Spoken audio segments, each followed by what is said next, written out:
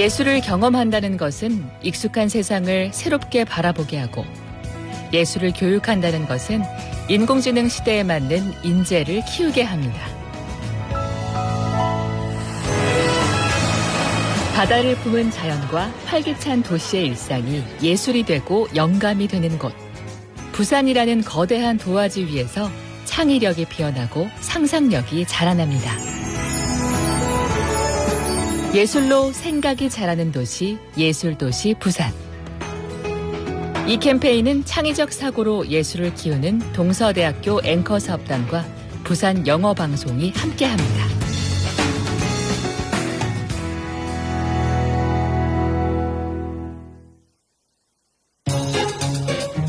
The beautiful landscapes, the beach, the delicious food, I love Tojikukbab, are some of the many things that make Busan a great city to live in. But it is the multicultural society and the warmth of its people that make Busan a really dynamic city. Hola amigos, my name is Jonathan Badillo and I am from Mexico. I arrived to Korea 3 years ago with a one-way ticket and now I study my master's degree at Busan National University. I fell in love with Busan way before even moving here. It all began with a weekend trip for me to realize this was the city where I wanted to live in. I moved here and I realized it was the right decision. From the moment I arrived to Busan, I felt very welcome and as if I was a Busan Saram already. Busan Saram, Aika? There is so much going on in this dynamic city that it is so easy to get involved in one of the many activities to promote cultural exchange in Busan. I firmly believe that the greatness of a city lies within its people, which is what makes Busan the greatest city to live in. Global City Busan, we are in it together. This campaign was brought to you by BFM Busan 영어방송.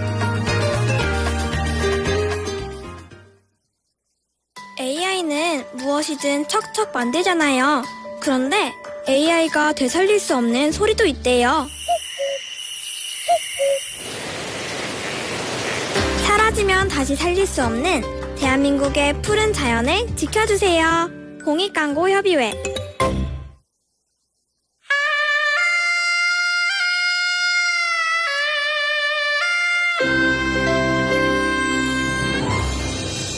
The time is now 7 o'clock.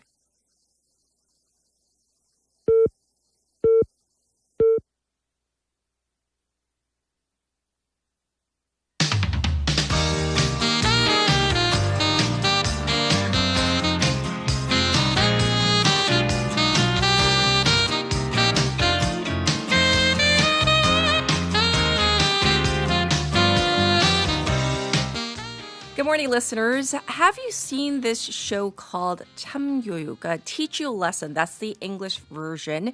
There's been a lot of chatter about creating a real-life version of this Educational Rights Protection Bureau, just like the one featured on this show.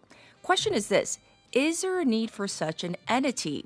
Well, according to an issue paper published in May by the Korea Education Development Institute, 49.4% of elementary school teachers surveyed back in 2023 felt helpless in dealing with parents. And this figure was much higher than the 31.7% reported by middle school teachers. In that same survey of over 5,500 elementary school teachers across the nation, 68.9%, so that's almost 70%, said they were worried about parents filing complaints or reporting them to the police, and 40% said they were very concerned. So I do want to ask, what do you think is going on in these schools? I'm Catherine. This is Morning Wave in Busan on Monday, June 22nd on BEFM 부산 영어 방송.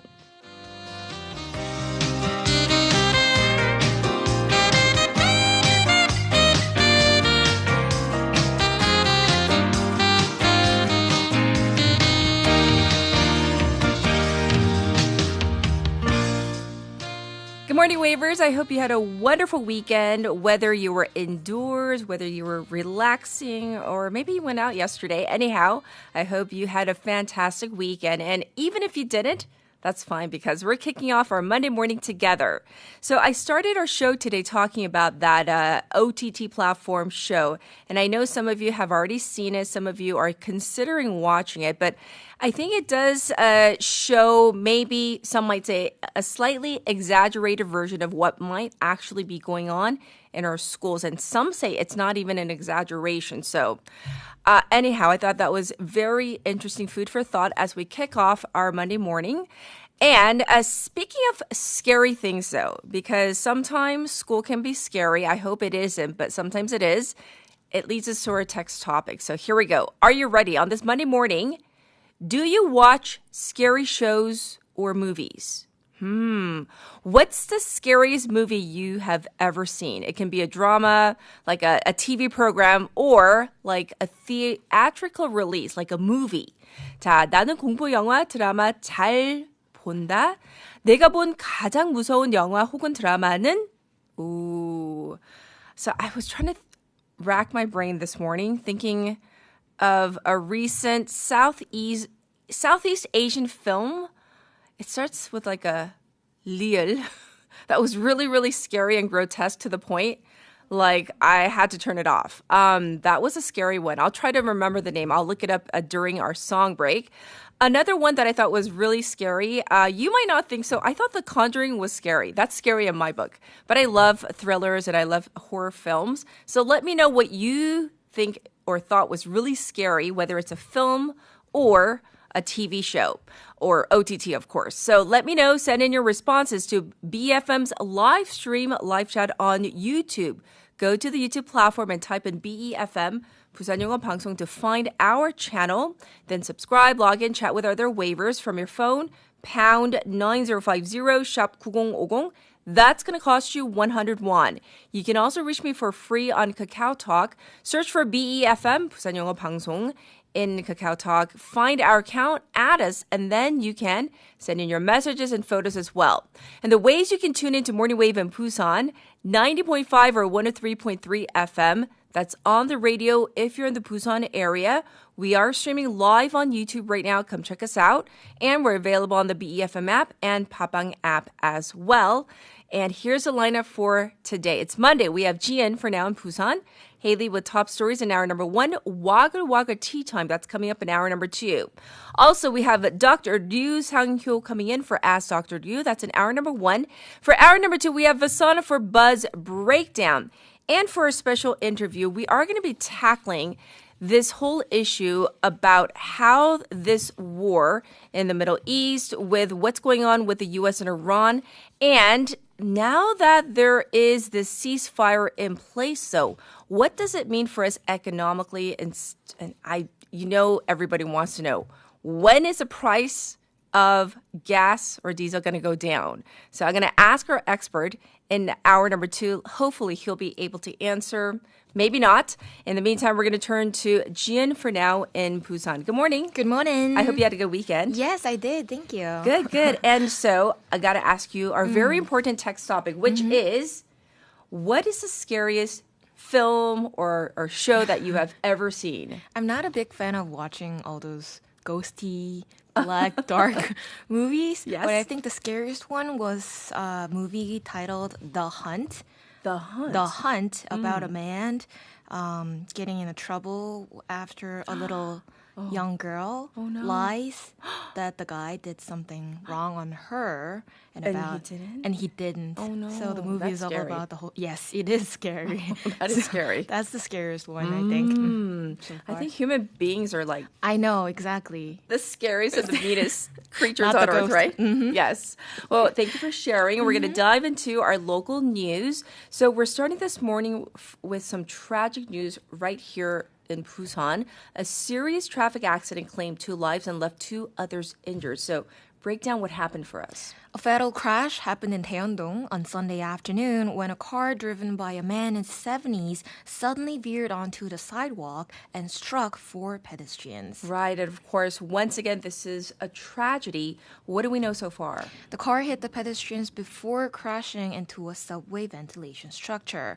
A woman in her 40s died at the scene, and a woman in her 70s later died at the hospital after suffering cardiac arrest. Yes, and I hear there were people injured as well. Yes, a teenage girl and a woman in her 30s were injured as well. One suffered a leg injury while the other sustained a head injury. Both were taken to the hospital for treatment. Yes. Anybody else injured? A driver suffered minor ankle injuries as well, and the vehicle also caught fire briefly after the crash, but firefighters quickly put out the flames before they could spread. I see. Do investigators know what caused the accident? Not yet, but police believe the car was traveling downhill before it suddenly mounted the sidewalk. They're now interviewing the driver and witnesses to determine exactly what happened. It's a tragic reminder for both drivers and pedestrians to stay alert as investigations continue. Absolutely. Once again, a tragic accident. We're going to move on, though, for now and talk about Busan's newly elected city council. They're getting ready to choose their next speaker. What is the latest on this front? The People Power Party, which holds 37 of the council's 48 seats, has decided to choose its speaker candidate through an internal vote rather than by consensus. So who's running for this position? The race is between three-term council members Kang Moo-gil and Lee Jong-in. Party leaders had hoped the two could agree on a single candidate, but they couldn't reach a deal. And how will this election work?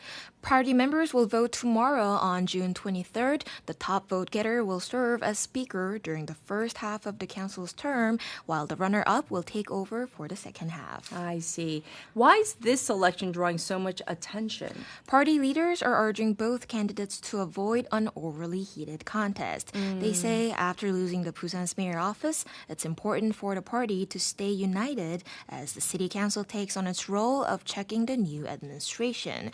Meanwhile, the Democratic Party will meet today to elect its floor leader and discuss its strategy for negotiations with the People Power Party over the council's leadership structure. And when will the new council officially begin its work? The 10th Busan City Council will hold its first plenary session on July 6 when it elects its leadership team and standing committee chairs before officially beginning its new term. Thanks for letting us know more about the new council. Moving on, the government is looking into growing Korea's marina industry, and expand also marine tourism. So what's the plan here? The Ministry of Oceans and Fisheries has announced a new strategy to strengthen the marina industry by improving infrastructure, encouraging private investment, and offering more tourism options. Yes, and why is this considered an important industry? Well, marinas are more than just places to dock boats. They combine leisure, tourism, and marine services, and demand for outdoor and waterfront activities continues to grow. Officials believe Korea still has plenty of room for expansion. Will Busan be a part of the plan? Of course, yes. The government plans to speed up construction of major marina ports, including one in Haeundae. It also plans to build a marina business center in Busan that will provide one-stop services such as docking, maintenance, and boat sales. Yes, and how will the government encourage more investment? Officials plan to ease development restrictions for private marina projects and review current fee systems to make investment more attractive. They're hoping these changes will encourage more private sector participation. Yes, but what about tourism? The goal is to move beyond simple sightseeing cruises. New programs will include island hopping routes, overnight stays, and hands-on marine experiences linked with local culture and festivals. Yes. Well, what about the long-term goal? So the government aims to increase annual marina visitors from 1.6 million to 2.1 million by 2030, while also doubling exports of Korean-made marina boats and equipment. All right, thanks for letting us know about this. Next up, Busan is launching a new program to help young job seekers gain real work experience. How will this work? Busan City is introducing a pilot program that connects unemployed young adults with social economy organizations, giving them hands-on experience while helping them prepare for long-term careers. And who can apply for this? The program is open to 189 unemployed Busan residents between the ages of 19 and 39. Participants will choose the organization they'd like to work for, complete an interview, and, if selected, begin working next month. Wow, so what kind of organizations are taking part in this? The placements include community businesses, cooperatives, and nonprofit organizations with fewer than 10 employees that are involved involved in the social economy sector. What about support? Will the participants receive any type of support? Yes, of course. They'll work for 5 months and can earn up to 2.34 million won per month based on a full-time schedule. The program also includes job training, mentoring, and support for employers' social insurance costs. And what's the goal of this program? City officials say they want young people to gain meaningful job experience rather than simply doing administrative tasks. They'll also provide ongoing mentoring and support to help participants build practical skills and transition into the workforce. Yes, I'm sure this is going to be really helpful. Moving on to our final topic, one of the world's most famous operas is coming to Busan, and it's coming as a free outdoor performance. Tell us about this. Yes, Classic Busan will present the Outdoor Opera Festival Carmen on July 11th and 12th at a special stage in Busan North Port. The large-scale production is being held ahead of the opening of the Busan Opera House. And why is this performance going to be so special? The production is designed to make world-class opera accessible to everyone. It will feature conductor Jung Myung-hoon, the Asia Philharmonic Orchestra, and leading vocalists from Korea and also overseas. And what can audiences expect from this production? The performance will take advantage of Busan North Port's open waterfront setting, combining the music with large-scale visual staging as well. Admission is free, but seats must be reserved in advance through the official Classic Busan website. All right, sounds good. Thank you for telling us about all the local events and happenings. We'll check in with you tomorrow. Thank you, Jian. Thank you. And I'll be back with your traffic and weather.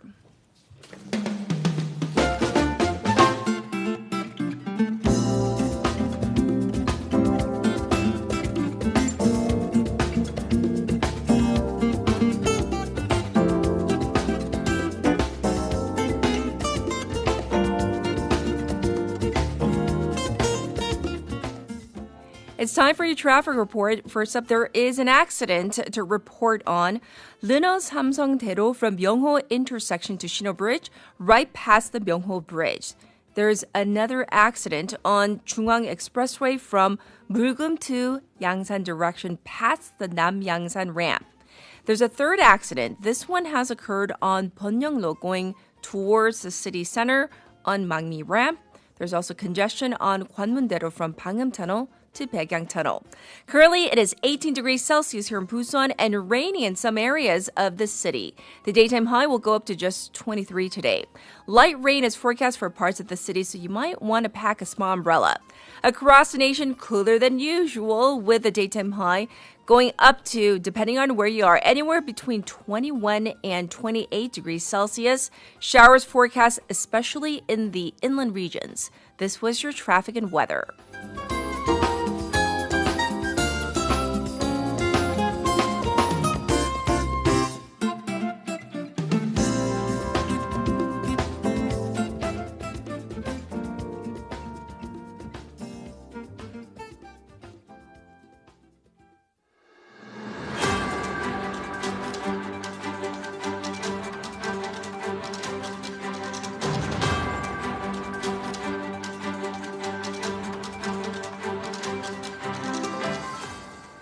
It's time for the morning brief. Lee appoints new senior secretaries for communication and civil affairs. President Lee Jae-myung has appointed former Yeonhap News CEO Sung Ki-hong as top aide for communications and former senior prosecutor and Kim In-jung attorney Han Sang-sik as presidential secretary for civil affairs, signaling the beginning of his personal shifts at Cheongwade.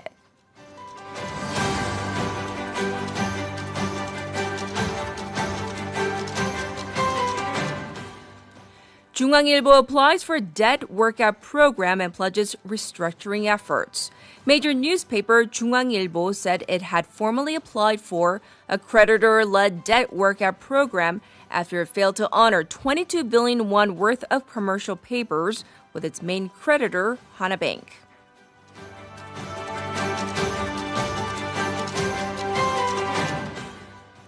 Police investigate alleged break-in at ballot counting center. Police are investigating an alleged break-in at a ballot counting center amid weeks-long protests, calling for a new election at the Olympic Park Handball Gymnasium.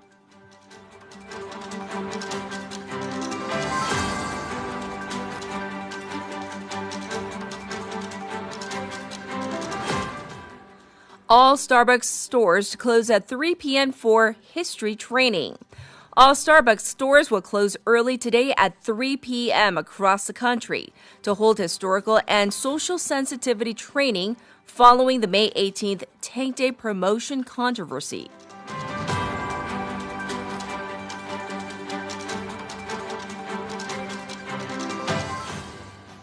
U.S. and Iran hold talks in Switzerland. Negotiators from the U.S. and Iran finished the first day of talks in Switzerland, covering Iran's frozen assets as well as oil sanctions relief proposal. This was the morning brief.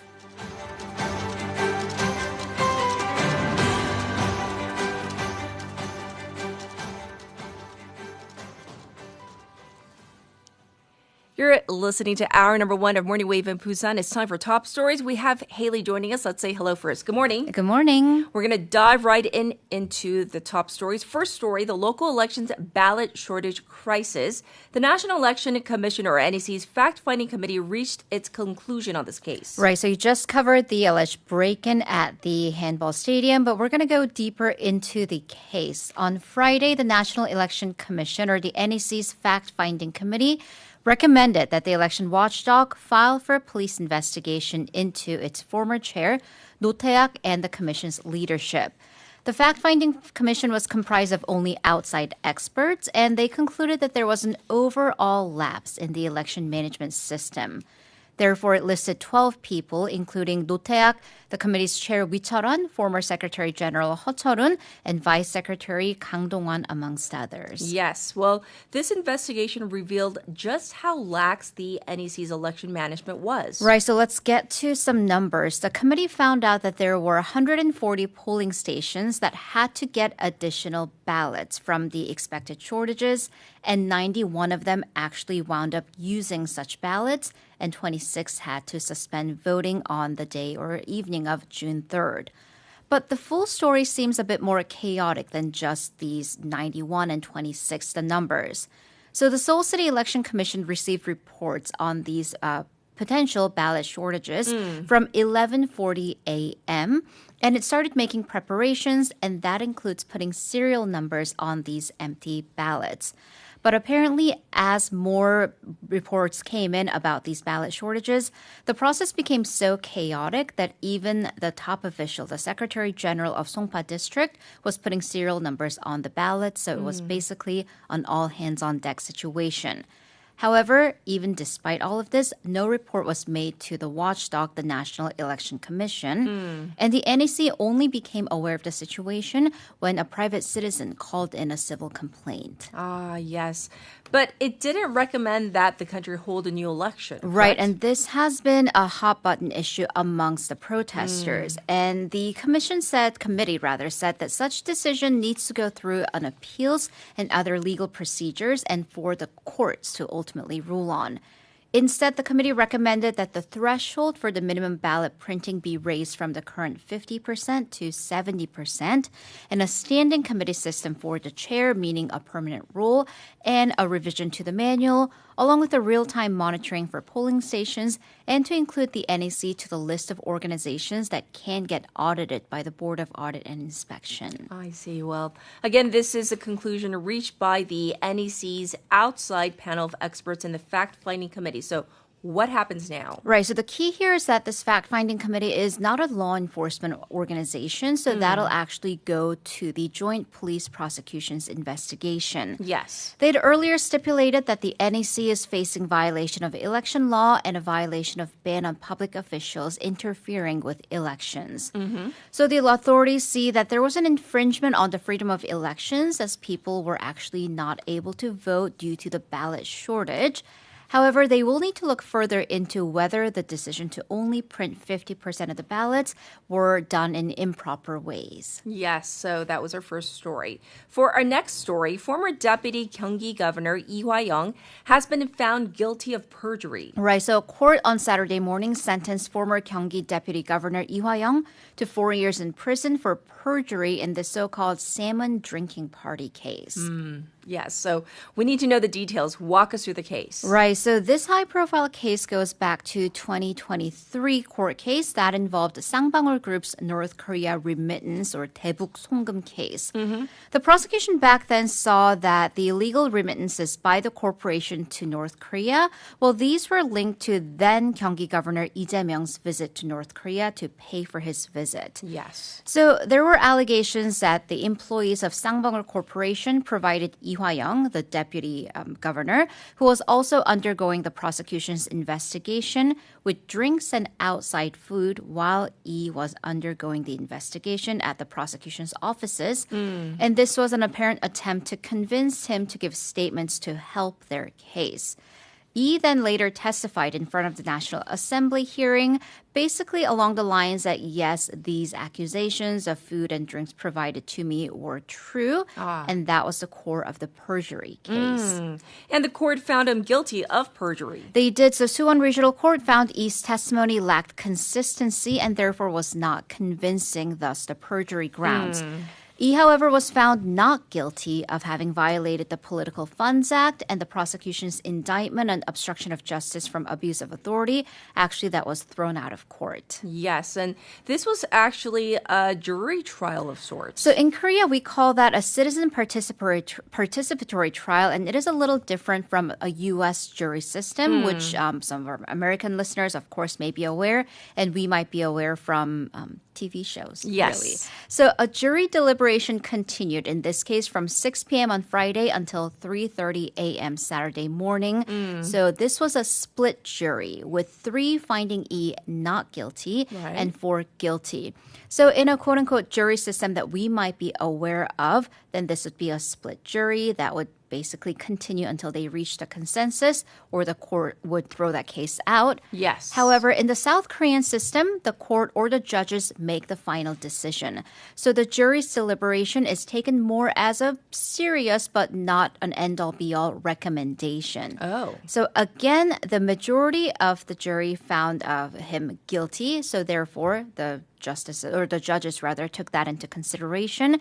By the way, this whole citizen participatory trial went on for 10 days, which is the longest in history. Okay, well, this also has implications for other ongoing cases. Right, so the ruling party had been arguing that the prosecution was launching a political attack on the president by allegedly manipulating this case. So that was the basis for the Democratic Party pushing for an impeachment against prosecutor Park Sang-yong and even a parliamentary investigation because Park is the prosecutor who faced accusations of allegedly trying to change Lee Hwa-young's testimony. I see. However, with the court finding Lee guilty of perjury, then also by extension this alleged cajoling didn't happen, then it would impact the Justice Ministry's ongoing disciplinary case into Park, as well as the DP's attempt at a special counsel into the case. Well, thank you for explaining what's all the different moving parts. Well, next up, the South Korean stock market has been on an unprecedented bullish run, and this is cause for a celebration, some might say. However, 청와대 is cautiously watching how this may affect the real estate market. Right, so with more money flowing into some investors' pockets on account of the bull market, well, that money's ultimate destination seems to be the real estate market. Yes. But this demand is also potentially triggering an uptick in prices, which the government is trying to keep the lid on. Yes. And the presidential policy aide made a very targeted comment over the weekend. This comment came from policy chief Kim Yong-bum, who posted his analysis of the South Korean economy on social media. So first, he stated that all numbers are pointing to a good direction in terms of stocks, corporate profits, tax revenue, and exports.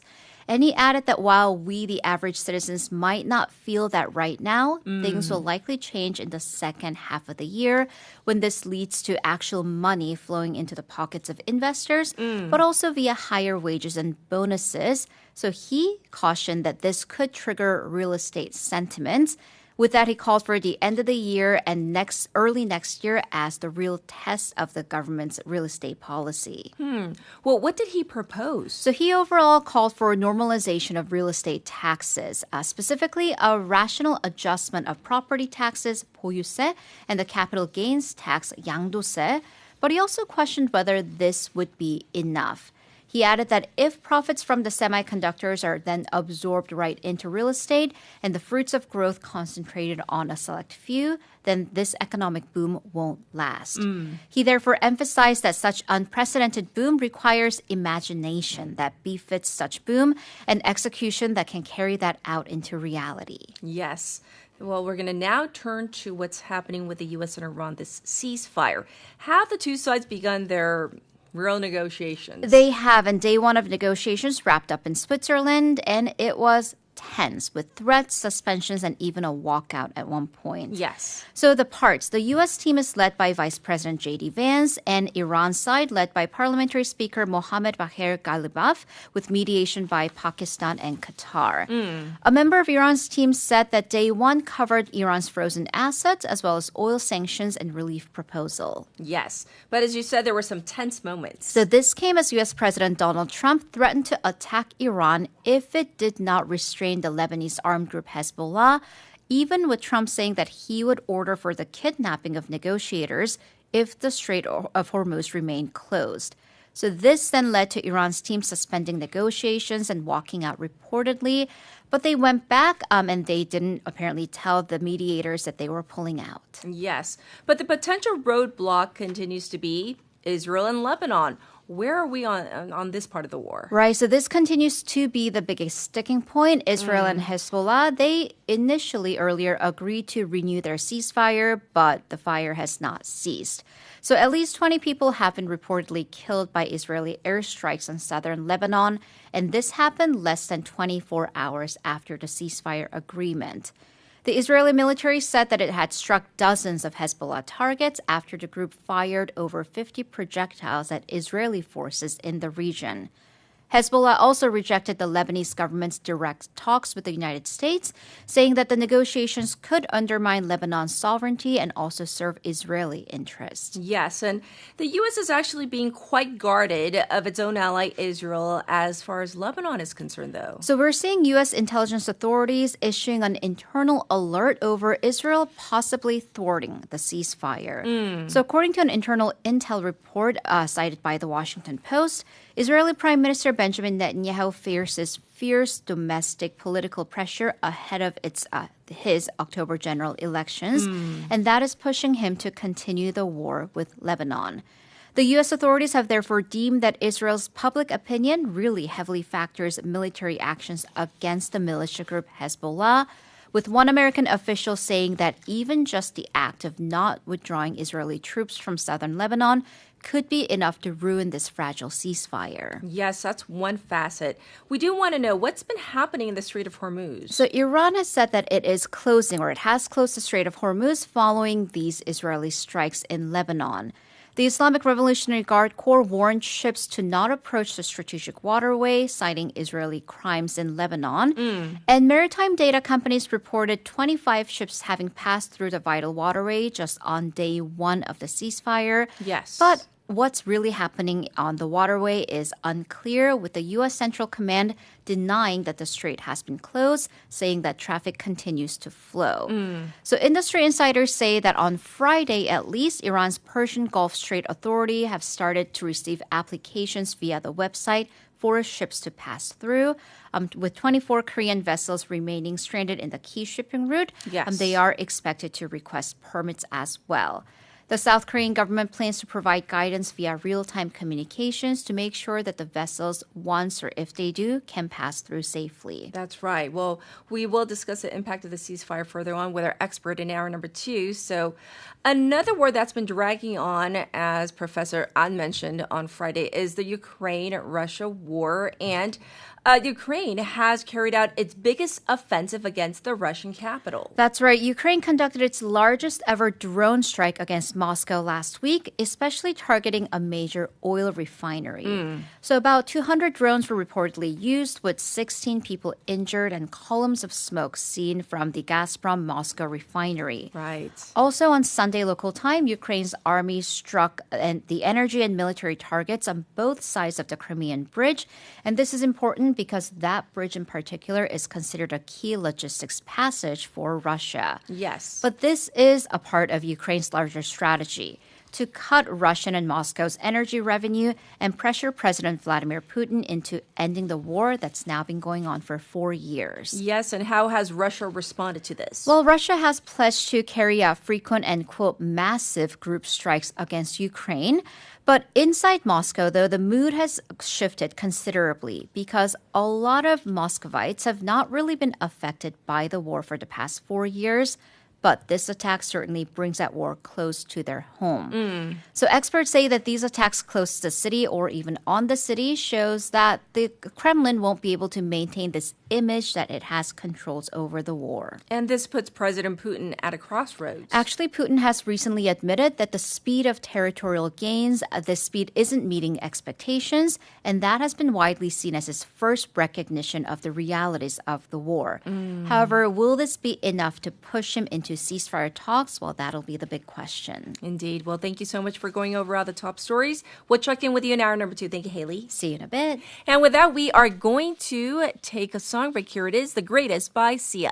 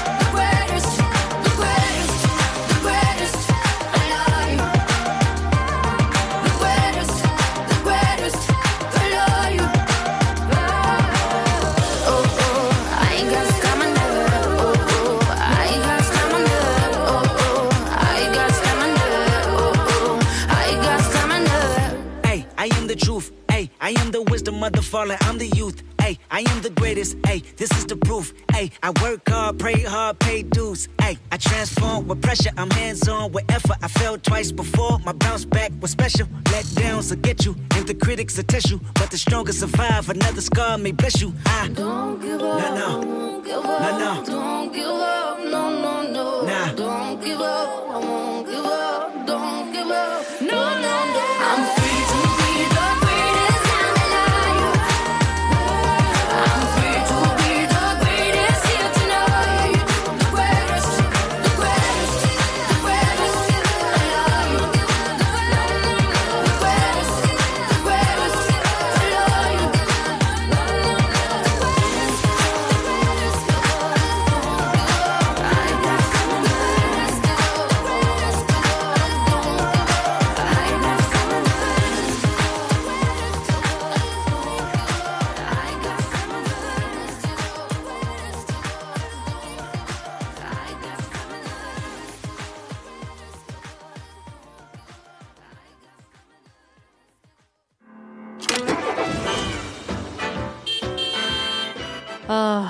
Traffic is so bad.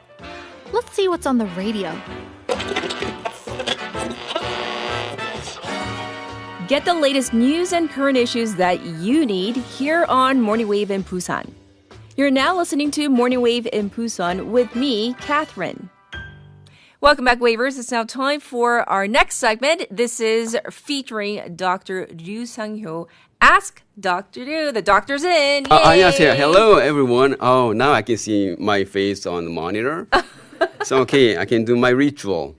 Okay, good morning, everyone. Yes. How are you? I'm really excited to be here always. Yes, well, we have a Okay. text topic for you today on yeah. Sunday morning. Do you watch scary movies or like anything scary, shows, anything like that, horror? Well, when I was young, I hardly watch any horror movies. Okay. Because I really had what can I call it? Small heart? 심장이 작다? Oh, yeah. But as I get older and becoming a doctor and working in the ER, seeing Yes. patients, really a lot of devastating accidents, patients, and injuries. And also, sometimes I used to write death certificates for people who had died in accidents or from various causes. Sure. So, being exposed to death, that kind of a real life throughout my medical career, I become less fearful of it. I see. But I don't enjoy any, not much of a horror That's movie not fan. your genre. No. I'm a man of happiness and fun and exciting and action movies. Okay. Well, thank you for sharing. We're going to jump into our topic for today, which is Oh, pig organs in humans. pig organs. Pig organs. 돼지. Yeah, 돼지. Yeah. Yeah, today's news story sounds a little bit like came from sci-fi movie. Yes. Researchers in China recently transplanted a pig's liver and kidneys into a human. If someone had told me 20 years ago about that, I would have said maybe someday, but someday may be getting closer. Okay. So, was the surgery successful? Yeah, well, kind of a little successful. Oh, kind of. Okay. Yeah, kind of. Let me tell you about this story in depth. Researchers in China performed something that had never been done before. They transplanted 2 kidneys and a liver from a genetically modified pig into a human. Brain dead patients. The family agreed to allow the procedure for research purposes. Really? Okay. Yes. What's remarkable is that the organs actually worked. Oh, they did? Yeah, the kidneys filtered waste products and liver functioned, but for several days, only for several days, organ functioned inside the human body. And Yes. that's why scientists are around the world are paying close attention to this study. Right, because along with our listeners, and I have seen a few stories about not this particular type of surgery, but the usage of pigs. I'm sure many people are wondering all around the world, why pigs? Oh, that's probably the Yes. number one question. It turns out pigs are surprisingly good candidates. Their organs are similar in size to human organs like hearts, kidneys, livers. They function in ways that are really closely related to ours. I see. So pigs also reproduce quickly and can be raised in a highly controlled environment. So from practical standpoint, they could potentially provide a much larger supply of organs than human donors.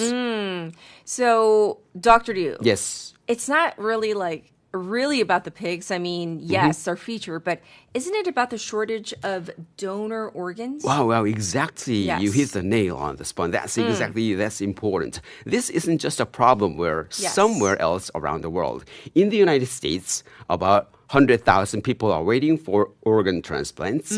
Here in Korea, roughly 50,000 people are waiting. And here's the heartbreaking part, which is about 8 or 9 people die every day while waiting. Yeah, most of us don't realize how serious the shortage is. Okay. When we hear organ transplant, we usually think about successful surgeries, but we don't see people waiting. The father on dialysis hoping for kidney, a mother with liver failure hoping a donor can be found in time, and young person waiting for a new heart. Some Korean patients wait for about 4 or 5 or more years for a transplant. Yes. So this is a real issue, of course, around the world, but especially here in Korea, where the donor culture is not maybe the same as other cultures as well, right? Exactly. Why hasn't this been done before? Oh, well, because immune systems are extremely good at identifying things that don't belong to us. Historically, when doctors transplanted pig organs into humans, the immune system gets activated and attacks our those foreign organs almost immediately. When I was working in a university hospital in an operating theater, the first thing the surgeon has to check after implanting or placing the kidney into recipients, we have to check the kidney's color and then urine come out. Are we checking for rejection? Yes. Of the organ? Yes. The donated organ, yeah, right? What I'm saying is how that fast the rejection happens. But this Chinese case, those organs worked for several days. That's very meaningful. Okay. And this time around, it was quite different because didn't they use some sort of like technology, gene editing? Yeah, that's right. They used gene editing. They removed several pig genes that tend to trigger immune attacks and inserted human genes that help the organs appear more compatible with the human body. Think of it this way. Normally, the immune sees a pig organ and says, hey, you are definitely not from around here. Right. But science is trying to make the organ look a little less foreign. So how well did it work? It didn't work perfectly, if I'm correct, Not right? perfectly. Okay. The good news is that during the first 24 hours, there was no immediate catastrophic rejection. The kidneys improved laboratory markers and they worked fine. But after about a day or a half, signs of rejection started to appear. Yes. While this is a very important step forward, but yet a complete, not a complete solution. Yes. Have scientists tried these types of animal-to-human transplants before? I think I've heard of a few stories. Oh, yes. Yes. People have been exploring xenotransplantation. Xenotransplantation, which means transplantation between species for decades. Famous one case occurred in 1984 when a baby known as Baby Faye received a baboon heart. Baboon, really? Yeah. Unfortunately, she survived only a few weeks. For those who might wondering why she had that kind of a surgery, because she was born with some incurable heart disease. I see. So she likely would have died anyway. Most recently, several patients received genetically modified pig hearts, pig kidneys in experimental procedures. Every attempt teaches researchers something new about rejection, immune responses, and long-term survival. Right. But what's unique about this Chinese case is because multiple pig organs, like liver and kidneys, were transplanted into the same person at the same time. Yes. I have to say, though, this must raise some ethical questions, no? Absolutely. Okay. Yeah, whenever medicine takes a major step forward, society has some important conversations. Sure. Some people worry about animal welfare. Others have religious or cultural concerns. Sure. Scientists also need to consider whether animal viruses could potentially spread to human. That's why these pigs are raised in carefully controlled environments and undergo extensive screening. Yes. There will probably be a lot more ethical debates about this in years ahead. But one thing is clear. Science has to keep moving forward. At the same time, we should never forget that we have to be careful and take responsibility for both the process and the outcomes. Well said, Dr. Liu. Do you think that pig organ transplants, that they could become more routine during our lifetime? Probably. Okay. When I was a medical student, this sounded almost impossible. But today we are seeing genetically engineered pig organs functioning inside human bodies. Okay. There are still major challenges. Scientists need to improve long-term survival and reduce rejection, and then prevention. Prevention of rejection is important. Yes, absolutely. I would say I wouldn't be surprised if in the future pig organs become a bridge therapy or even a standard treatments for some patients. Yes. Yeah. So it is pretty amazing because we do hear about these stories. I remember hearing about that baby face story. I was like, not at the time, but afterwards, because it was such a famous story about the baboon heart. Yeah. So I remember reading about it. But then when we hear about these recent, innovations when it comes to these transplants with parts from other animals, non-human species, and I also want to talk about or address at least the fact that in all these cases, it seems like there are terminal illnesses. Yeah, right. And that their families and the patients themselves, sometimes they agree to go to these great lengths, even knowing that, they are likely going to not survive. That's right. I've seen many patients. Actually, one of my relatives passed away because he had a liver failure because of certain cancer, but he was waiting for almost a decade. A decade? Yeah, and then he passed away. So transplantation is not just a scientific achievement, it's giving people hope. Yes. So let me tell you about this one. Yes.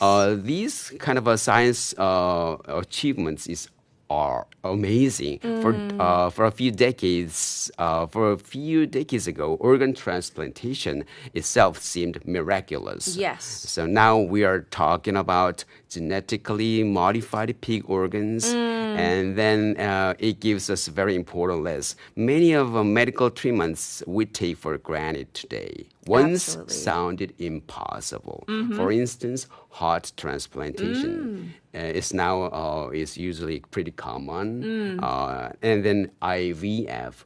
For those of you who don't know, IVF is in vitro fertilization. Yes. 체외 수정소. Maybe 20 or 30 years ago, doctors wouldn't have fathomed that would happen, but it's pretty common practice these days. And artificial joints, total knee replacement with the artificial joints. Several decades ago, it was impossible. About a decade ago, artificial joints made patients tie them over maybe 7 or 10 years, but these is almost 20 years. Wow. Yes, technology has developed so far. So, it's a pretty big achievement. So process usually begins with people trying to solve a problem that seems unsolvable. Sure. Then little by little, year after year, what once seemed impossible becomes ordinary. I also want to brush up on this issue about the donation culture. Do you think, as a doctor here in Korea, that 문화, the culture of signing up for donation, that it's changing? Yeah, it's changing these days. And also some celebrities are endorsing this human organ donation. After everybody dies, so I would... even though I haven't, to be honest with you, I haven't signed up for a donation, kind of what can I call it, sign up for it. Yes, but but soon, but I would definitely sign up for the donation, my kidneys and my cornea, and other parts of my body. Yes. And so I want to leave these comments for our listeners before I go. Right. The true measure of progress is not how we advanced our technology becomes.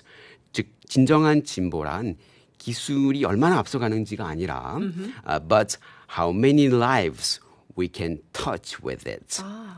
그 기술이 얼마나 많은 생명을 살리고 얼마나 많은 사람에게 희망을 줄 수 있는지 달려 있습니다. So may you have a day where you give hope to others and never lose hope yourself as well. Wow. Some deep words. And this segment was a fascinating one because we talked about just the evolution and the revolution of medical science. And how it's just changing so rapidly. Yes, so rapidly. Yesterday, I went to some conference about headaches and up-to-date technology. I learned a lot. So it's so fast changing society. I'm trying to catching up with this one. But if my knowledge isn't up to date, I might be harm on my patients. So until I take my last breath, I'm going to do my best as I can. That's why we appreciate you. Yeah. Right. You're always striving for more for, your patients, for our listeners, for everybody. So we will check in with you next week. Thank you so much for another great segment. Thank you. Everybody, this was Dr. Ryu Sang-hyo. It's time to wrap up hour number 1 with this song, Love Wins All by IU. And then we'll have more for you in hour number 2. So enjoy.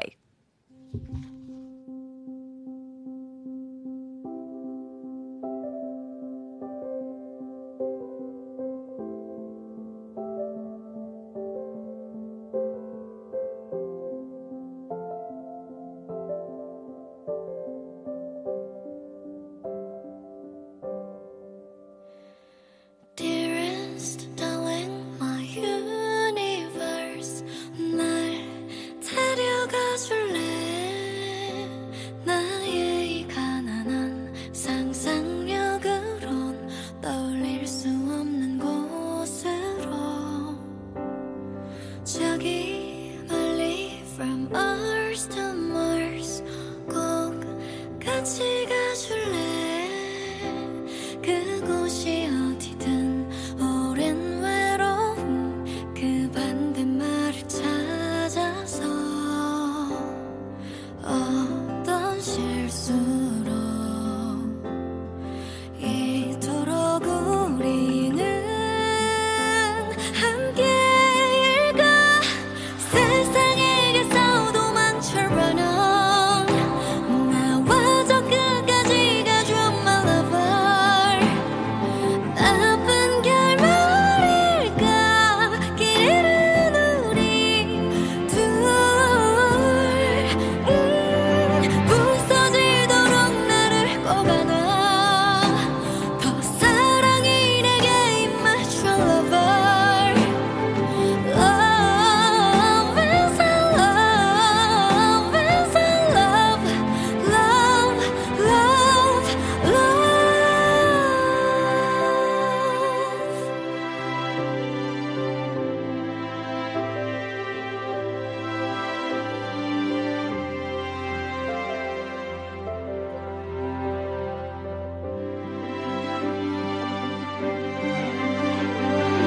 결국 그럼에도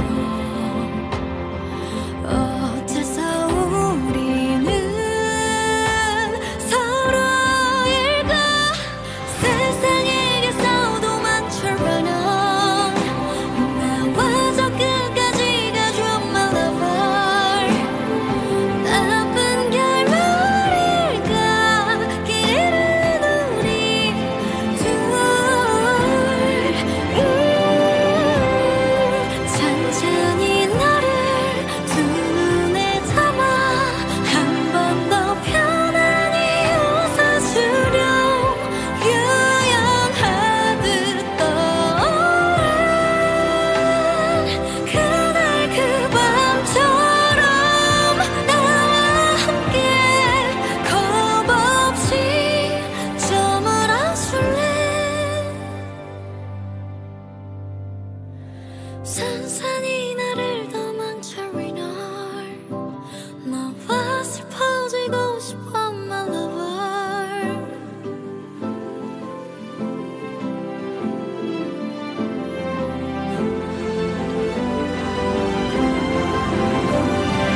비련에게서 도망쳐 run on 나와 저 끝까지 가줘 my lover 일부러 나란히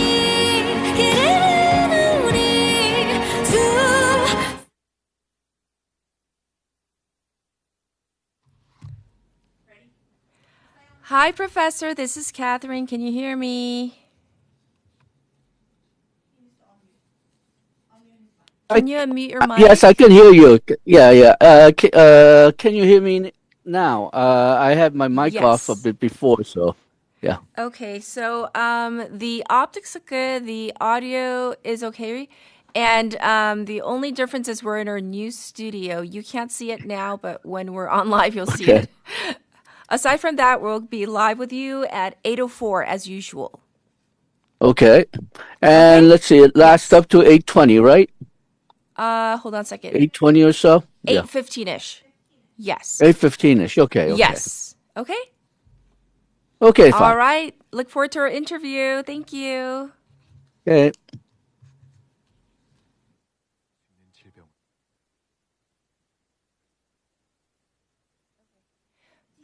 Professor, one last thing. If you could mute your mic until our interview right before our producer. She'll send you a message to remind you, okay?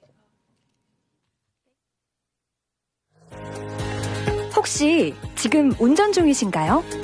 어린이 교통사고 피해자 수는 지난 3년 평균 약 9만 명. 특히 어린이 보호구역 안전기준이 강화된 이후에도 어린이 보호구역 내 사고는 지속적으로 발생하고 있습니다. 스쿨존에서는 반드시 시속 30km 이하 서행, 스쿨존 내 불법 주정차 금지, 차량 출발 전 앞뒤 좌우 살피는 습관으로 어린이가 안전한 도시를 만듭니다. 참, 운전 중 휴대전화 사용은 모두에게 위험합니다. 우리 모두를 위한 교통안전, 나부터 실천하면 모두가 안전해집니다. 어린이가 안전하게 뛰어놀 수 있는 부산. 아이 키우기 좋은 도시는 우리 모두의 미래이자 희망입니다. 이 캠페인은 어린이가 안전한 부산을 만드는 은행, B&K 부산은행과 함께합니다.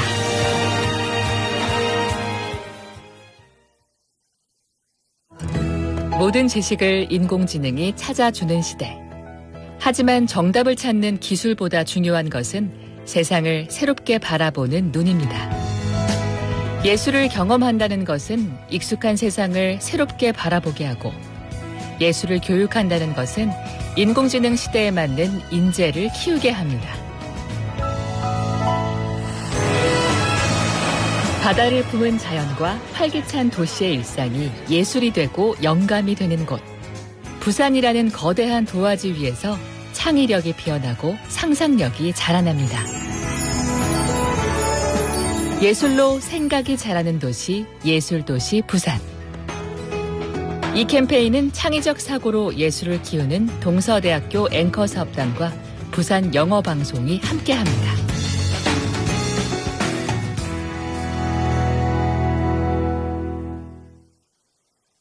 무엇이든 말하는 대로 만드는 AI의 세상. 하지만 AI로 이 소리를 대신할 수 있을까요?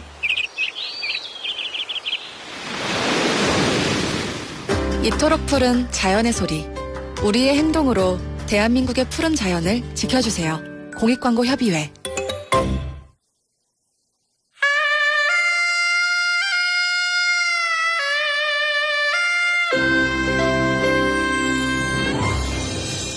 The time is now 8 o'clock.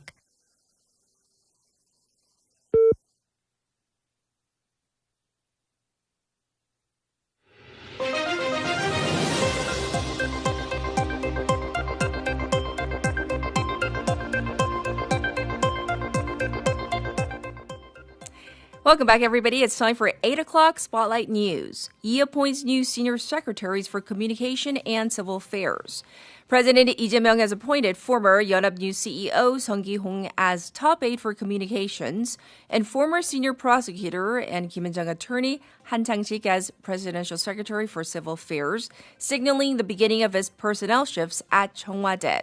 Presidential Chief of Staff Kang Hoon-sik announced the appointments, which also included former vice chair of the Korean Confederation of Trade Unions, Kim Young-ja, as the presidential secretary for social affairs. Former Army commander Kang Gun-jak and Song Ki-ho, a senior official at the National Security Office, were named the first and third deputy national security advisors, respectively.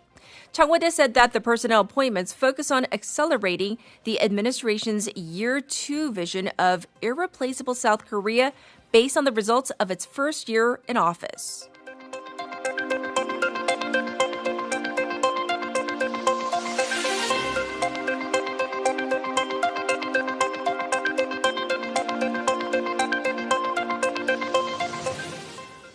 중앙일보 applies for a debt workout program and pledges restructuring efforts. Major newspaper 중앙일보 said that it had formally applied for a creditor-led debt workout program after it failed to honor 22 billion won worth of commercial papers with its main creditor, Hana Bank. 중앙일보 and 5 group affiliates, including broadcaster JTBC and 중앙 Holdings, filed for court-led rehabilitation proceedings over the weekend amid worsening liquidity problems at 중앙 Group. 중앙일보 reiterated its opposition to the early repayment request by Hanyang Securities that prompted its initial dishonored bill notice, saying debt restructuring should be carried out in a fair and consistent manner for all creditors.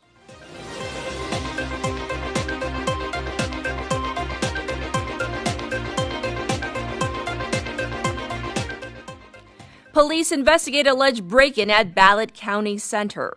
Police are investigating an alleged break-in at a ballot counting center amid weeks-long protests, calling for a new election at the Olympic Park Handball Gymnasium. According to the Korea Sports Industry Development KSID, 3 unidentified individuals broke into the facility on June 7th after damaging a basement door lock and reported the case to the police. In the meantime, protests continued throughout the weekend, with some demonstrators moving to Hongdae. Employees of sports federations with offices inside the handball gymnasium have begun working at alternative locations.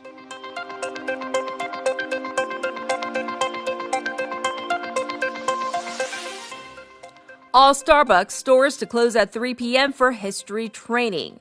All Starbucks stores will close early today at 3 p.m. across the country to hold historical and social sensitivity training following the May 18th Tank Day promotion controversy. All employees of 2,160 stores nationwide will watch training footage from Starbucks Korea headquarters on corporate historical awareness, social sensitivity, and ethics during this time. Starbucks Korea apologized for causing inconveniences with the shortened hours and pledged better customer experience in the future.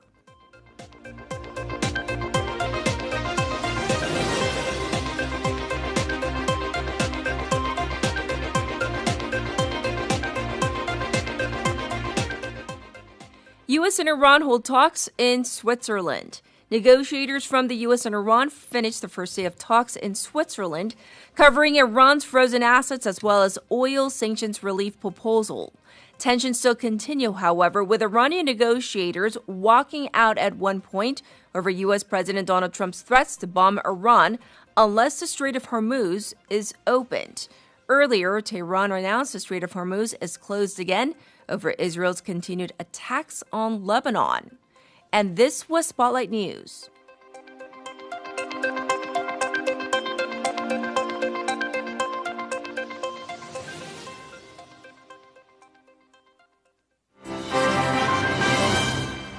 It's time for a special interview on this Monday morning. The U.S. and Iran have reached a ceasefire MOU that we have been covering extensively here on Morning Wave in Busan, raising expectations of eased tensions in the Middle East. Follow-up talks are now underway in Switzerland as both sides work out the details of this MOU. The development has raised expectations that tensions in the Middle East could ease after months of disruption. However, a ceasefire does not immediately mean stable energy markets or lower prices. For South Korea, the key question is how long it will take for these changes to translate into real economic recovery. Today, we'll break down what this agreement really means for global energy markets and how quickly South Korea's economy can recover. Joining us today is Professor Yang Jun-seok, Professor of Economics at the Catholic University of Korea. Let's see how he's doing. Hi, Professor. Welcome back. Happy to be here. Yes. Well, since the ceasefire MOU was announced and signed, how have global energy markets responded thus far? Okay, well, the global prices for oil has fallen to about mid-70s, so it's about $75, $77 per barrel, and that was somewhat expected. It perhaps a bit fell more than what I personally expected, but it hasn't gone down to the pre-war level, which was around $55 to $60 per barrel, and it may not get there for quite a long time, if ever. And that's partially because $55 to $60 was actually a very low price for oil if you look at it historically. So it was actually, in some ways, unusually low. So it may not get back there for a long time, if ever, but it will probably go down further, but just not it will take some time to go down further.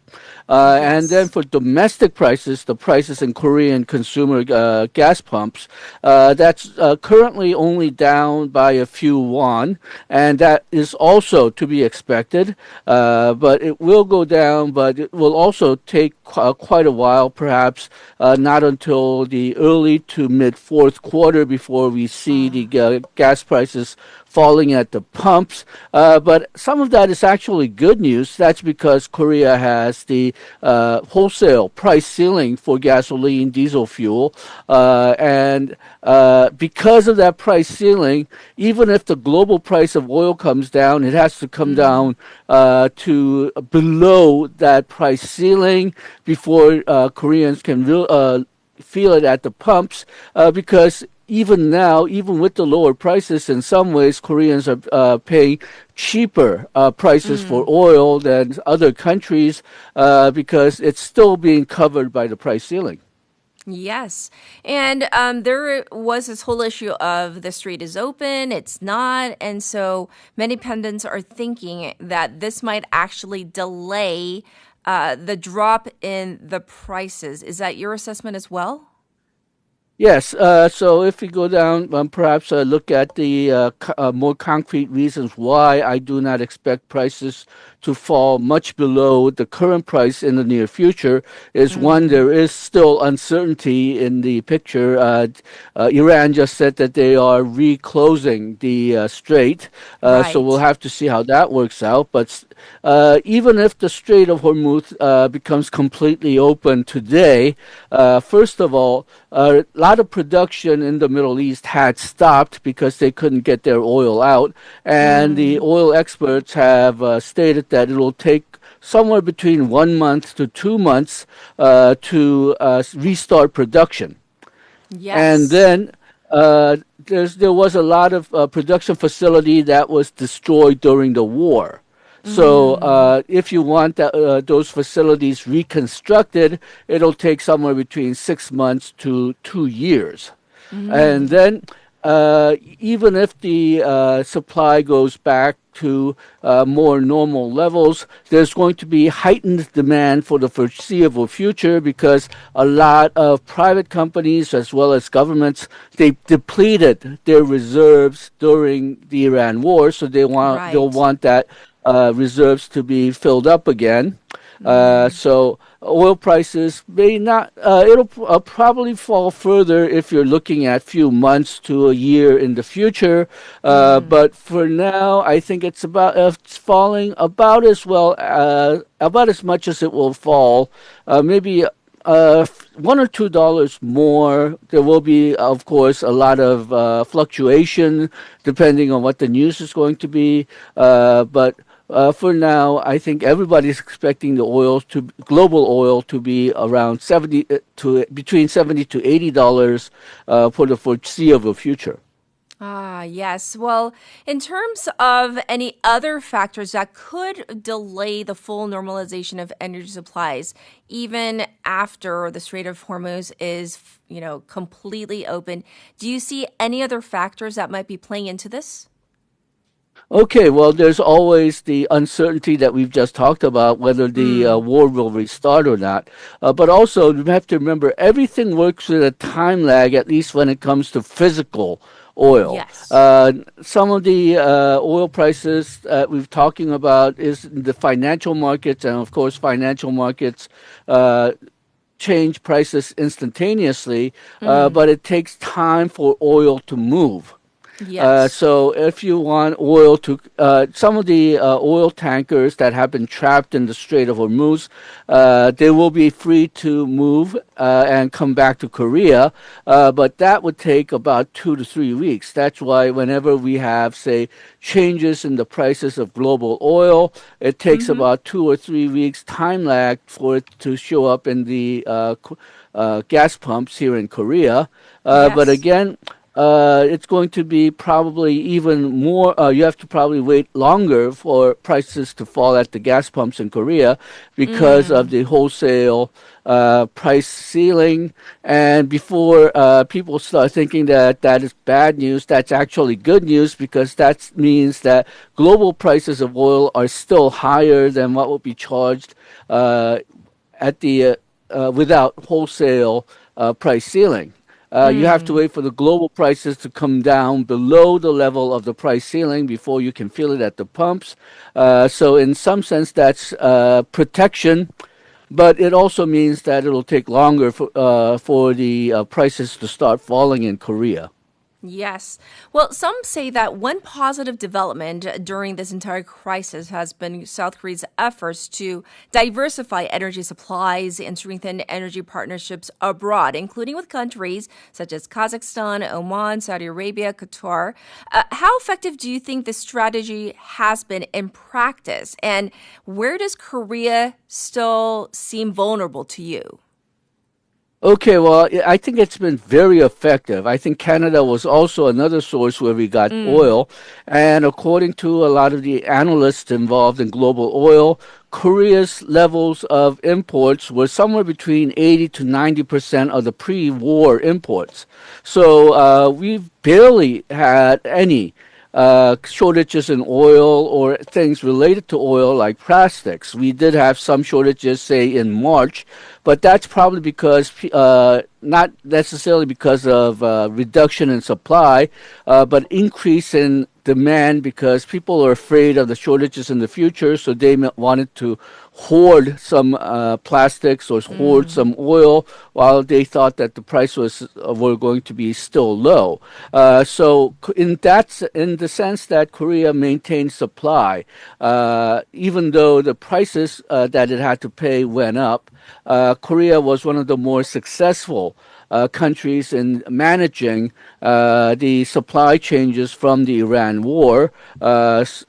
It had to pay higher prices, perhaps, but in terms of actual amount of oil, the war didn't really make that much of a difference for us. And I think that's showing up in the GDP growth indicators, as well as the projections.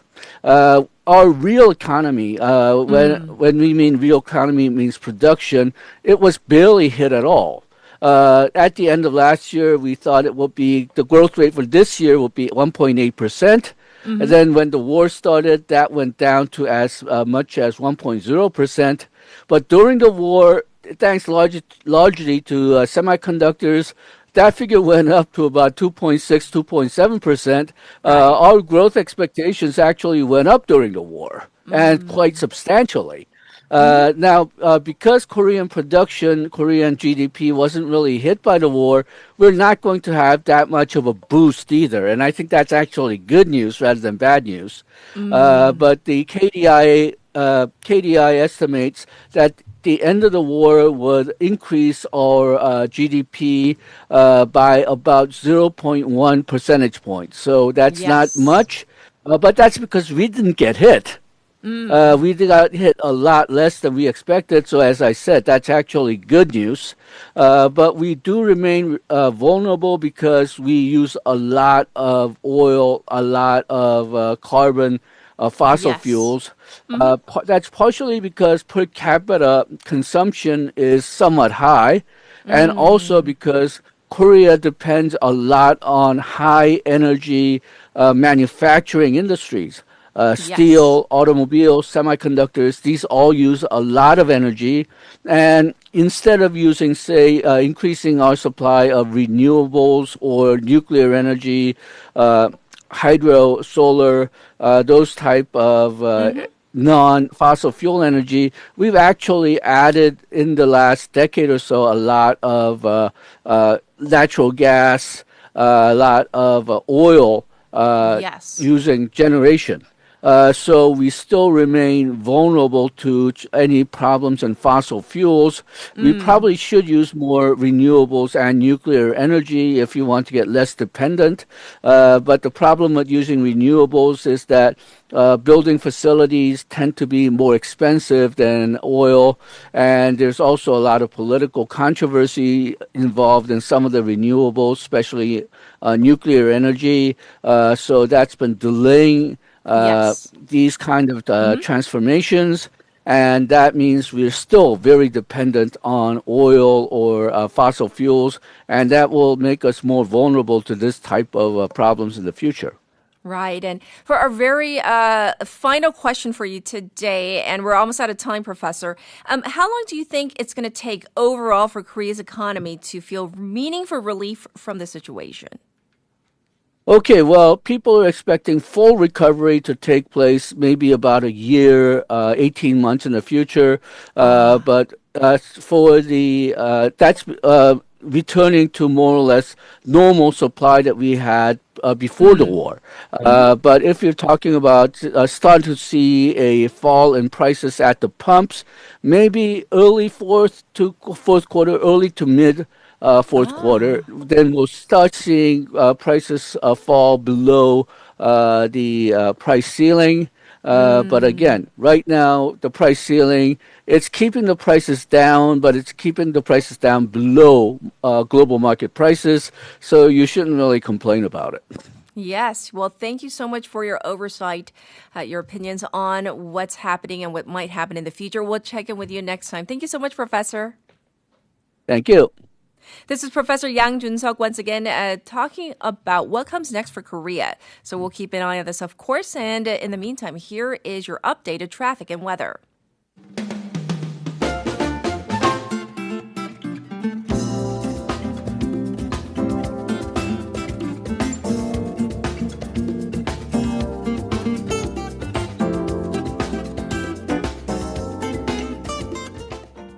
Here's your update on traffic and weather. First up, there's an accident to report on. This is on Ulsuk-do-daero from going towards Myeongji, right past the Myeongji toll gate.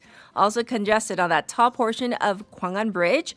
It's backed up on Dongso Overpass from Kamjeon Ramp to Daegum. Also slow on Jungangdaero from City Hall to Yangjeong intersection. Currently, it's 21 degrees Celsius. It's raining in some parts of the city. Daytime high will go up to just 23. There is light rain forecast for areas in the city, so you might want to pack a small umbrella. Excuse me. Across the nation, cooler than usual with the daytime high going up to just 21 in some areas 28. It really does depend on where you are.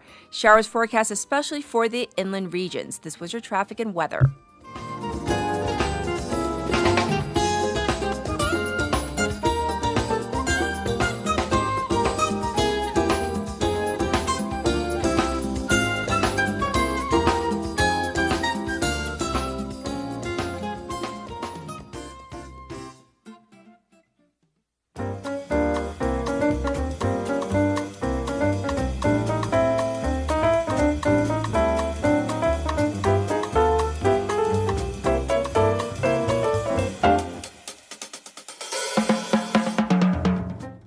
It's time for Waka Waka Tea Time. Haley's back. Hello, hello. Yes, so we're going to do the text topic a little later. Or do we do it now? Is this related? Let's do it now. Oh, it's this one? This is kind of related. Okay. So, are you into scary movies? I am, but like the head, because there are the thrilling parts, the suspense that only scary movies can give you. But then, like, that's what my head says. But my heart's like, oh, I'm like, oh.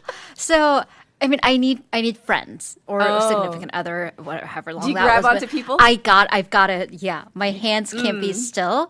So, but I've been single for such a long time. And then plus all my friends are so, like, there's chickens.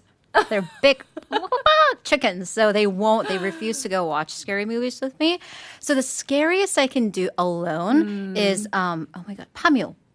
Exuma. So that I washed by myself, and then I may or may not have done this for the the monster part. Yes. Yeah. Oh, really? Yeah. I don't know.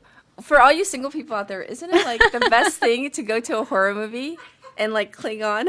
As a single person, I wouldn't know. Thanks for pointing that out, though. 아니 진짜 안 그래요? 이게 제일 무섭네요. 저는 아직도 남편 팔 이렇게 붙잡고 이래. like, you know, like hiding behind his shoulder. Okay. So now we got to get serious because we have to talk about a human leg. Real story found in Incheon that had, created this mystery. And it seems like we're finally getting some answers. We are, and this is a story that has bred just thousands of urban myths and conspiracy theories. But it is a disturbing case of a human leg that was found at a recycling plant in Incheon. It was found on June 10th. So all that the police had to go on was that it was an adult leg, estimated to be 161 to 165 centimeters in height, the person. So this 64-person investigation team, they were at such a loss and had to expand to over 100 officers to trace the possible origin of this leg.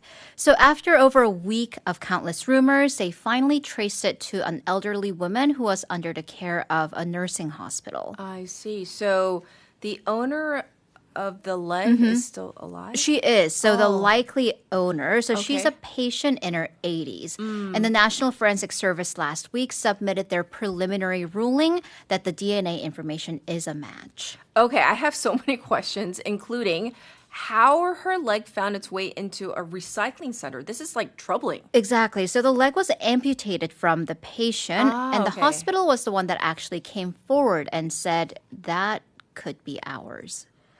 Right. So it may have gotten thrown out. So the patient is said to be suffering from a heart condition, and her leg had gone through a necrosis, 괴사, where basically the cells and the tissue died, and that resulted in the amputation. But because the leg was bandaged very heavily, apparently the cleaning staff likely had mistaken it for a cast, 깁스, and didn't really see the human leg inside and threw it out.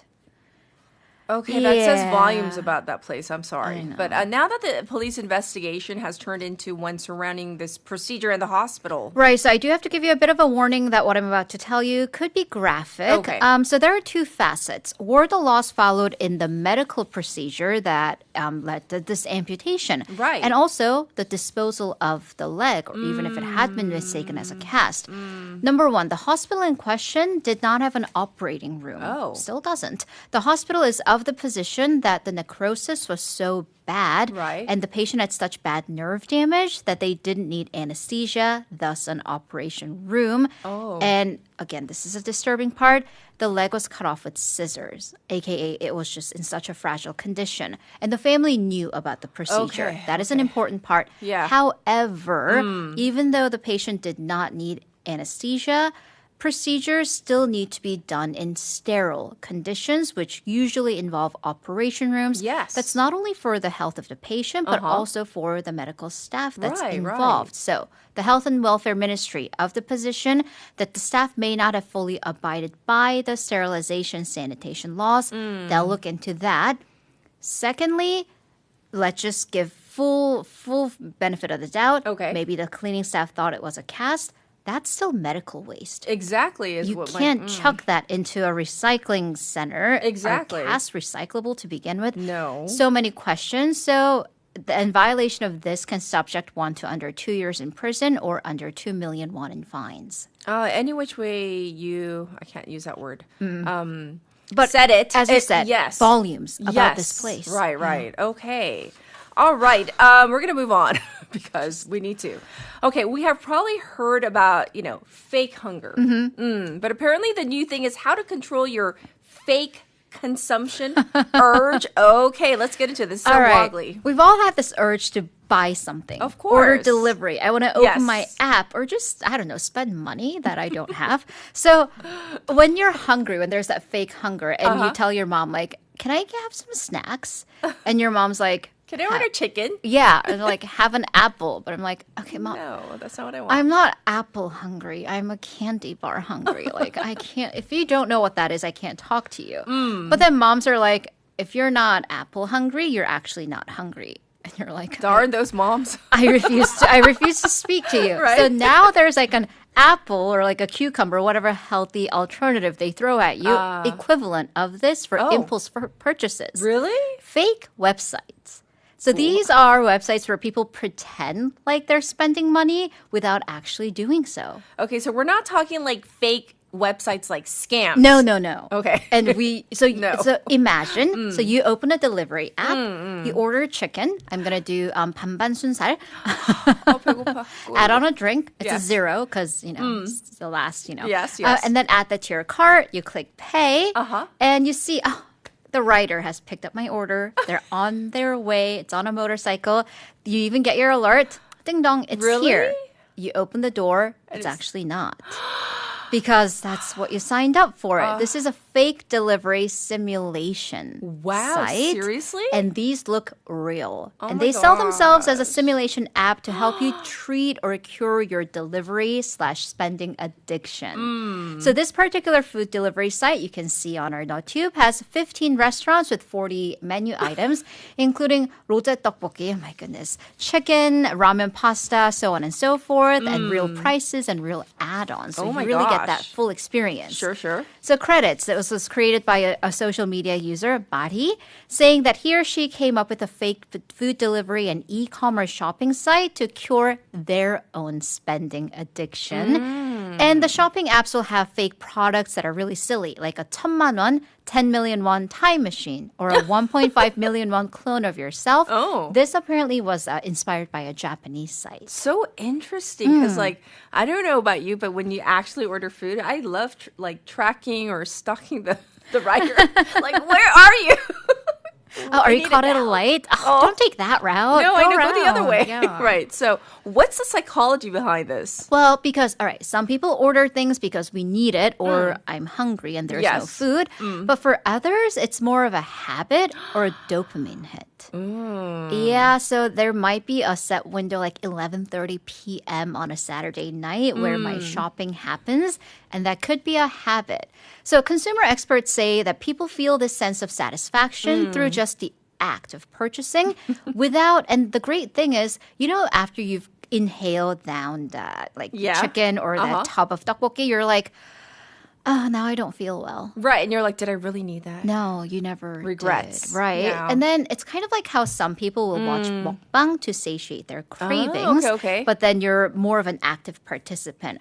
Of course, this may differ by person. Yes. So, try it out. See if that works for you. I'm at least gonna look at it. I don't know if I can actually do it, but that's really interesting. I've recently developed a carrot addiction. I think I've told you. I keep buying new clothes. I blame the studio. It's like new setting, new outfits. I don't know. The stress, yes. If you guys only knew. All right, now we're gonna jump into some World Cup issues. Team Korea lost to Mexico 0-1. I have thoughts on that, but I cannot say on air. So what are our chances of moving forward? Well, all right. So did anybody win the bet?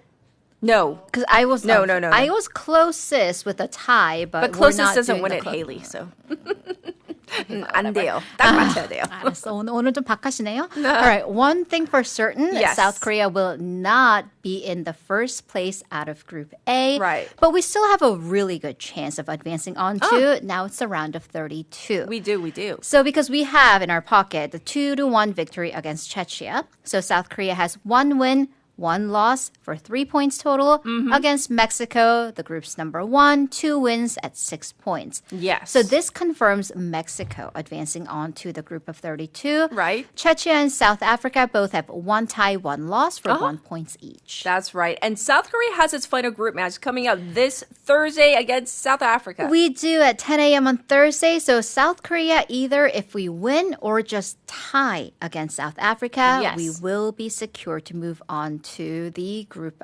round of 32 with the second spot out of Group A. Right. A loss, though, could still give us a chance because now it's 3 teams that advance out of the group league. So that is if Czechia loses against Mexico. Right. But let's just say, probability's sake, the second place, we're going to advance on as second place team out of Group A. Well, that team will go up against the second place team out of Group B, which has Canada, Switzerland, first and second place respectively. So Yes. both pretty good teams. A third placer out of Group A, though, faces a tougher challenge because that country would likely go up against the first place team out of Group E. That's got Germany. Or Group G, that is Belgium. Oh, that's doable, but still. But like, Yeah. ooh. Yeah. So we definitely want to win our next match. Yeah. We do. And we'll take the Wagers. proverbial bets later on. All right. For our last story, an Argentinian TV host has resigned following a mistaken report about Lionel Messi. What happened? There was a false report that Messi Sr., his father, died. He is okay. So TV presenter Florencia Peña announced on Luzu TV that Jorge Messi, Messi's father, had died and went on to suggest that Lionel Messi wouldn't play in any further matches. That is not true. Messi Sr. is hospitalized with an undisclosed medical issue, but is progressing favorably, according to the family. Right. I saw the story about his father, and I'm like, but this is a major misreport, though. It really is, because in Argentina, you don't mess with Messi. Right. And this is especially likely to be his final World Cup. I kind of had to. Yes. The family was very upset, Yes. saying that, they wish to express their profound discomfort at the lack of sensitivity, respect, and scruples with which some individuals have treated a strictly private and family matter. Right. And this kind of had backlash for that particular streaming channel, Luzu, because as many as 10 brands immediately ended their sponsorship. Wow. So after the report, Peña resigned from her position. She apologized,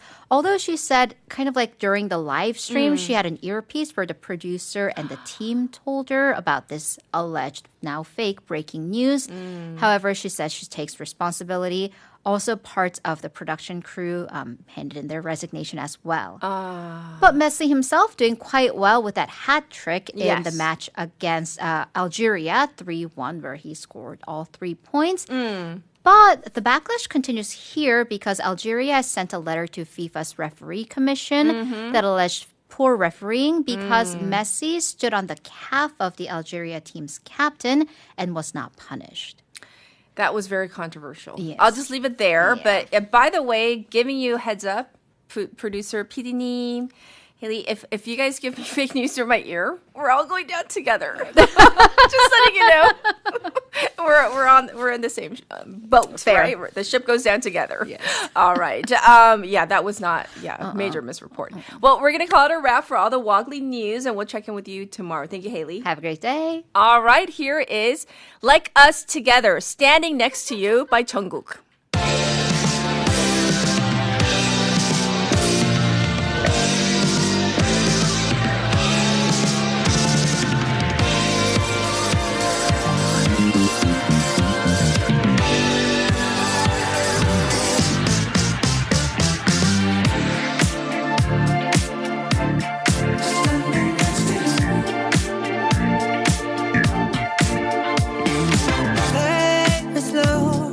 I push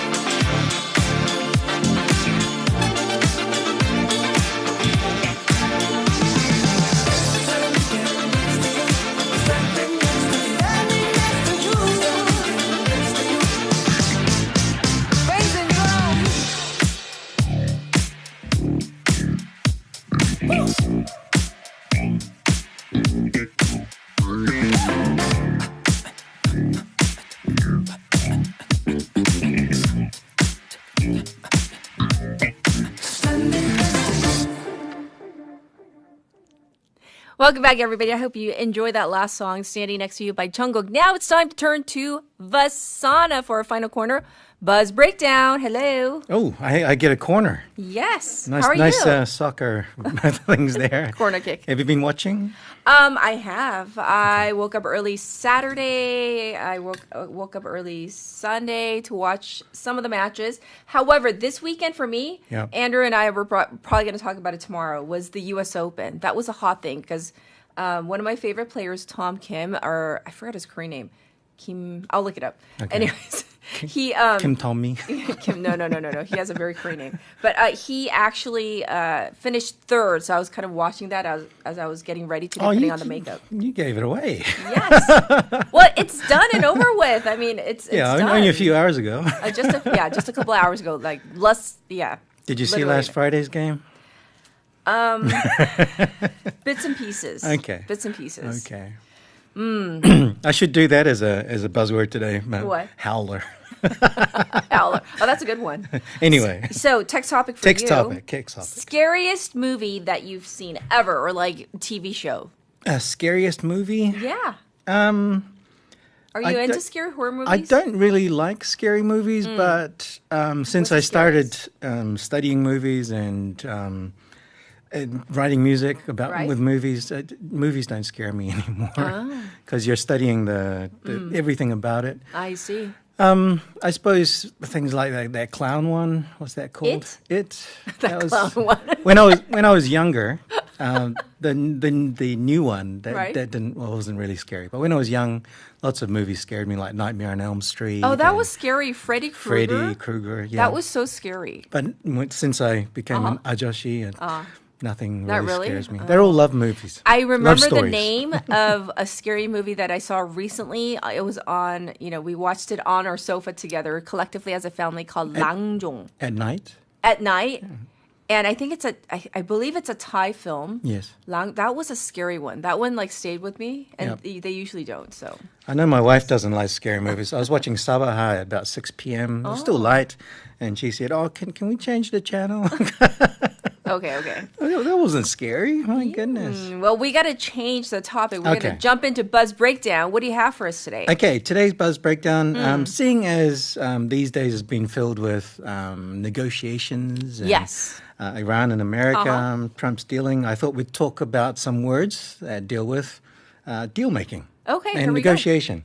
So we talked about taco. Taco. That's Trump always chickens out. Yes. And nacho. Not a chance Hormuz opens. You haven't heard that one? No, not sure. Okay. I thought I did that one. Obviously I didn't.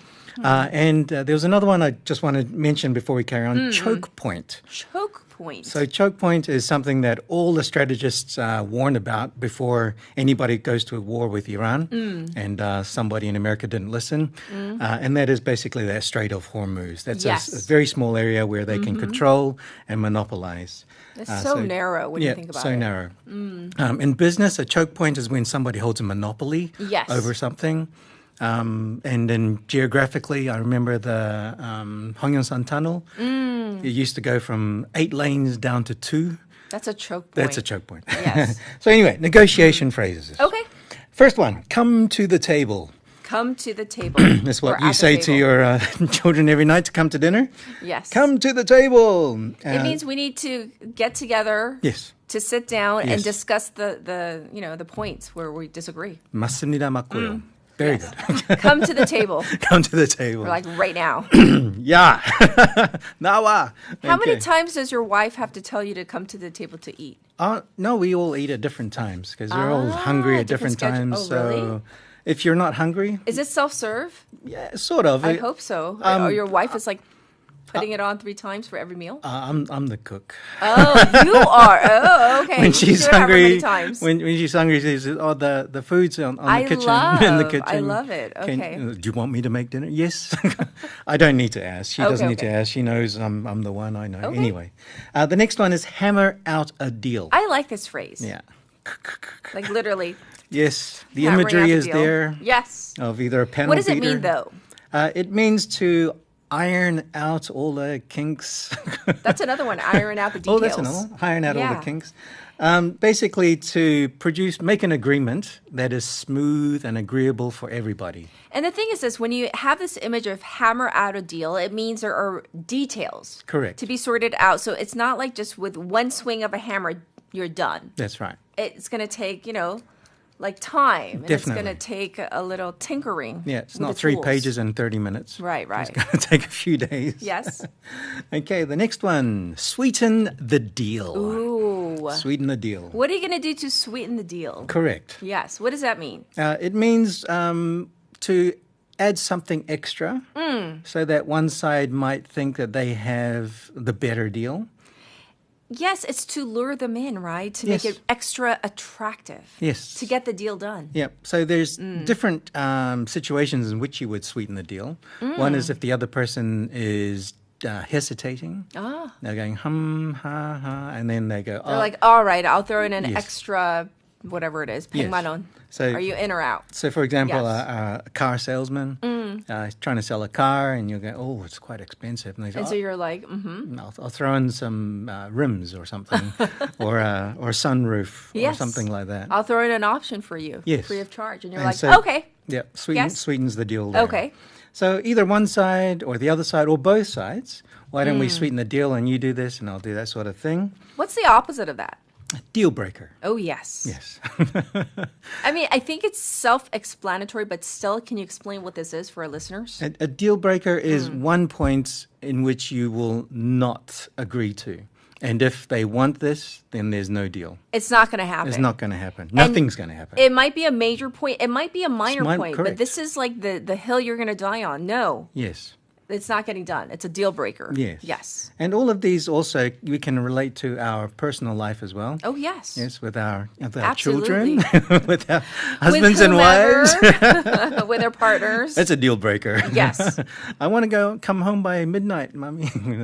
Yeah, no, that's not happening. That's a deal breaker. Deal breaker. Yes. So if this thing happens, it's not going to happen. Mm-hmm, mm-hmm. Okay. And the last one, conditional or conditions. Okay, like which is basically the whole thing, really. Yeah, basically everything, and then it's conditional on this has to happen. Yes. X has to happen before Y happens. Yeah. Right? Yes. And the phrase is conditional with the 전치사 on. Sorry, preposition on. Oh my God, you're such an English teacher. 전치사. 전치사. The preposition, right? The preposition that goes with conditional on. Yes. So this deal is conditional on you doing this. Mm-hmm. So as you said, X. If you do X, I'll do Y. Yes. If you do Y, I'll do X. Mm-hmm, mm-hmm. Conversely, deal breaker, if you don't do X, we won't get to Y. Yeah, Y ain't going to happen. Yeah, exactly. Yes. Okay. So those are the things. Come to the table, hammer out a deal, sweeten the deal breaker, and conditional. Got it. Those are good. Those are great. We can use them in everyday conversation. Great. What else do you have for us today? So, yes. After writing this, I thought about the art of the deal. The Art of the Deal? The Art of the Deal. Okay. The book, The Art of... Have you ever read the book? I have not. You have not? I wonder how many of our viewers, listeners have read the book. I mean, the author, if you're wondering, is Donald Trump. Yes. He wrote it a long time ago. It was way before the presidency. So I also have not read it, but I got on the internet and had a look, did some research. And if you're wondering, chapter 2 is where he outlines the process to make a deal. Okay. And he's got 11 points. And as I was reading through them, they're actually not bad. Oh. They're quite He's a good businessman. So. And, right? Yeah, remains to be seen. But anyway, argumentatively. But anyway, so I'll go through some of the points, if not all of them, if we have time. The first one is think big. Which I like. And with Donald Trump, this is obviously think big. He always thinks big. Pursue ambitious projects because large deals may require similar effort to small ones. But think big, you get bigger rewards. Bigger risk, bigger rewards. Okay, think big. The next one is protect the downside. Oh, what does that mean? So before thinking about maximum profit, think about what could go wrong. This is important, though. Yes. I think oftentimes people get excited and they don't think about what could go wrong. Correct. Because you always think like, could that happen? No, not likely. But sometimes it does. And just thinking about just these first two things here. Yes. And what our lovely president of America has done, he definitely hasn't thought about number two. His own... I shall remain commentless on that one. No. Let's move on. Number 3. Maximize your options.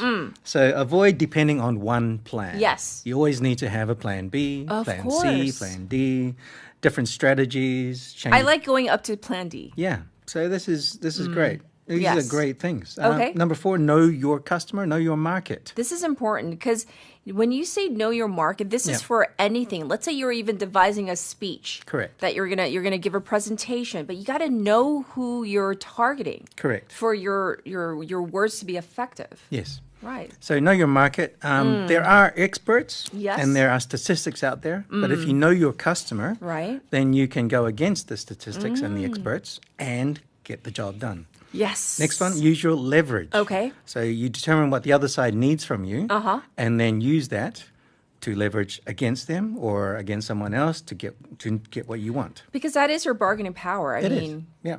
You know. Knowledge is power. Yes. If you know something more than the other person, you have an advantage. Okay. Improve the perceived value. Oh, what does that mean? Okay, so that in real estate, as Trump has always been in real estate, enhancing the location. So presenting or promoting a location better than what it might be.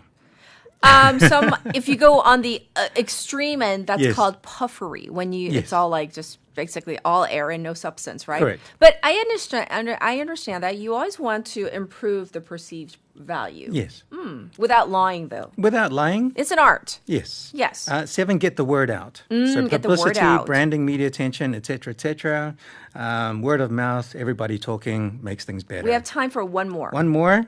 What's the last one? The last one, deliver the goods. Deliver the goods. Yes. What does that mean? That means you must put your money where your mouth is. You gotta Yeah. pay up. You have to be able to perform. Perform and provide what you've promised. Exactly. Yeah. Or else.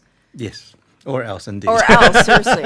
We'll leave or else with Dun, dun, dun. With a dot, dot, dot, period. Like Okay. mothers and fathers say, do that or else. Yes. You got to deliver. Yep. Well, how would you like to sum things up for today? It's essentially, or for Trump's one, is think bigger than everyone else. Protect yourself if the deal fails. Okay. Keep your alternatives available. Discover what the other side needs and use that as leverage. But above all, deliver. Yes, deliver. That's deliver, important. deliver. All right, we're going to call it a wrap for Buzz Breakdown for this Monday, and we'll check in with you next week. Thank you, Vasana. Thank you. It is time to wrap up our entire Monday. Thanks to you, the waivers, for tuning in. This is Loveful by the Cardigans. Wishing you a beautiful Monday. Bye. Facing a problem.